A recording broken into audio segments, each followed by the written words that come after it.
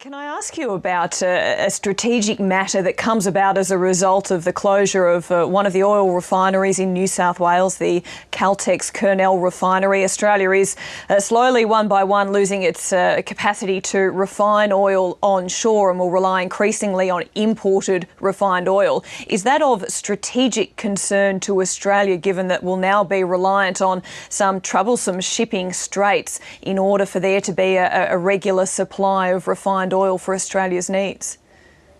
Well, a couple of things. You might recall that about 12 months ago I instituted a force posture review of our own to make sure that we were geographically appropriately positioned, and the Prime Minister and I released that force posture review report by two former Secretaries of the Department, Alan Hawke and Rick Smith, in March of this year, and that makes the point that we do need to now focus on our northern and western approaches, and logistics and supplies is part of that. In terms of energy, whether it's oil or other forms of energy, the Australian Defence Force, like Australia, has always relied upon a mixture of import and domestic consumption. So clearly we monitor that very carefully. I don't want to identify one particular closure, but we have always relied upon a mix of overseas energy supply and domestic production.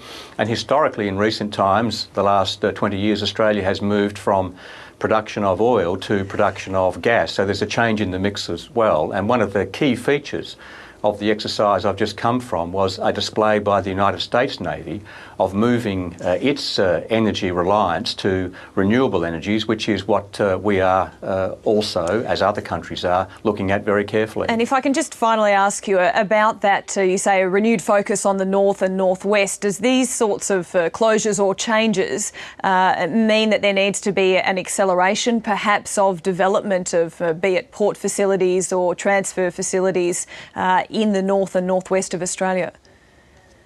Well, strategically, over the next few years, you'll see a transition out of Afghanistan, a transition out of the Solomon Islands, a transition out of East Timor, our three overseas operations, and that not only gives us the opportunity, but also requires us to think strategically about that. So the force posture review does look at some crunch issues, whether, for example, we need to have a naval base or access to naval facilities north of Sydney on our eastern seaboard, the extent to which we need to enhance what we have in the northwest of Western Australia and at HMAS Stirling, as we see the rise of India and the growth of importance of the Indian Ocean strategically.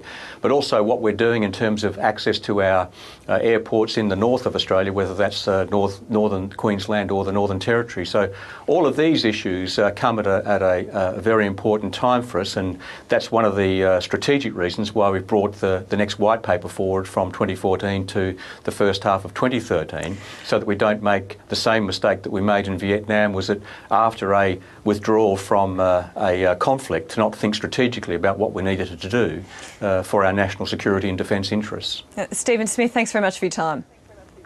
Thanks, Melissa. Thanks very much.